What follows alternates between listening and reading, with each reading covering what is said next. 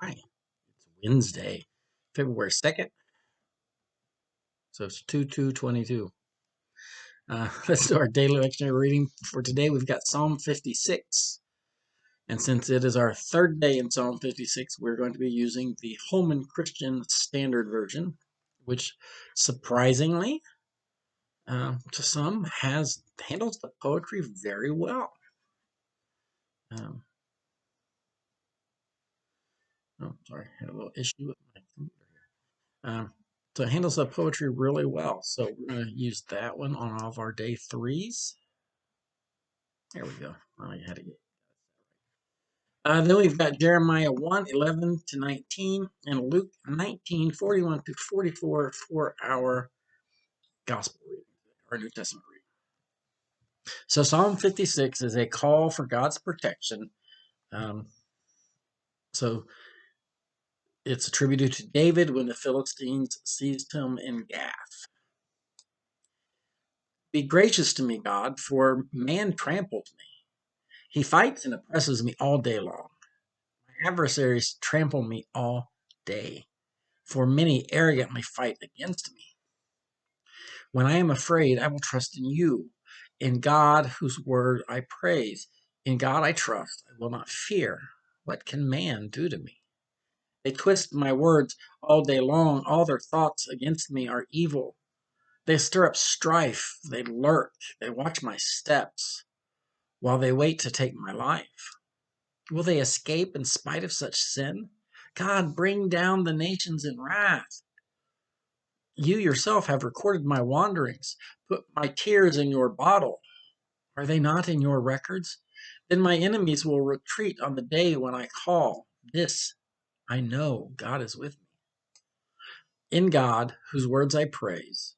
In the Lord, whose words I praise. In God I trust, I will not fear. What can man do to me? I am obligated by vows to you, God. I will make my thanks offering to you. For you delivered me from death, even my feet from stumbling, to walk before God in the light of life.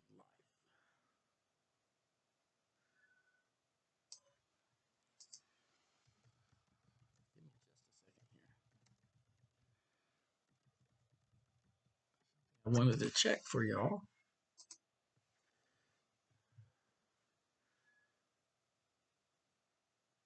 Okay. Some of you may have noticed that we've got in verse 10, in God whose words I praise, in the Lord whose words I praise, in God I trust. And if you've noticed, the Lord is all caps. It's a small capitals, which is used for Adonai, which is to not say the name of Yahweh. So why do we have God and Adonai?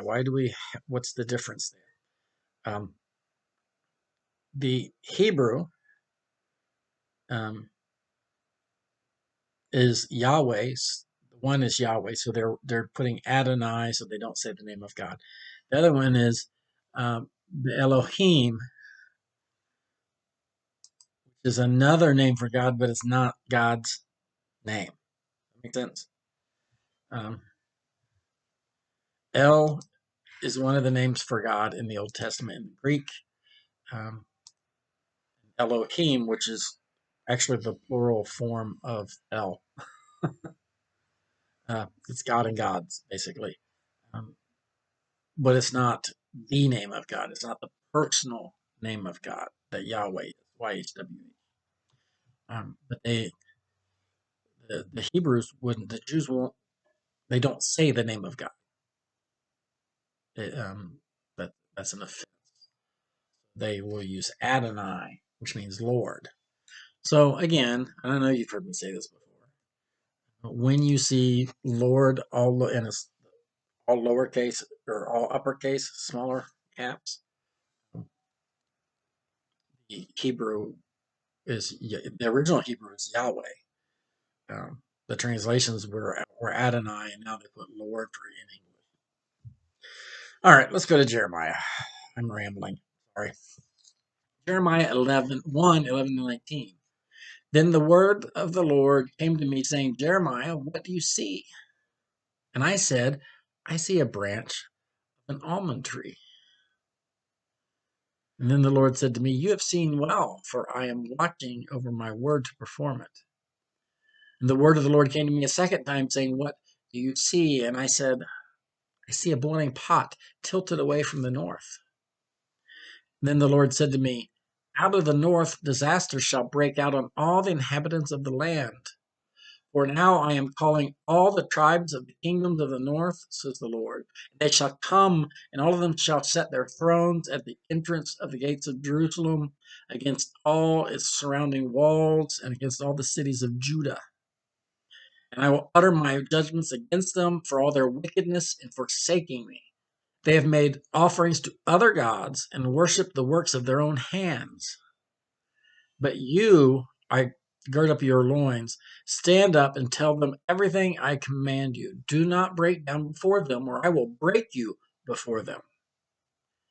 And I, for my part, have made you today a fortified city, an iron pillar, a bronze wall against the whole land, against the kings of Judah, its princes, its priests, and the people of the land.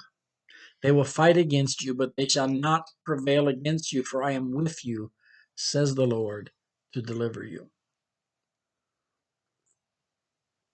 I don't know about you, but that one line, that verse 17, just really jumped up and smacked me upside the head.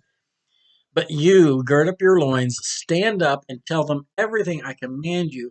Do not break down before them, or I will break you before them. And that'll preach. maybe just the preachers. I don't know. But that one really. Maybe I need to catch my breath a little. Luke 19:41 to 44. Jesus weeps over Jerusalem. And as he came near and saw the city, he wept over it, saying, if you, even you, had only recognized on this day the things that make for peace. But now they are hidden from your eyes. Indeed, the days will come upon you when your enemies will set up ramparts around you and surround you and hem you in on every side. They will crush you to the ground, you and your children within you, and they will not leave within you one stone upon another, because you did not recognize the time of your visitation from God. And we read this, and we know that this was around AD 30, 34. Oddly enough, we don't think, we now don't believe Jesus was born in AD 0. So our calendar is off a little bit.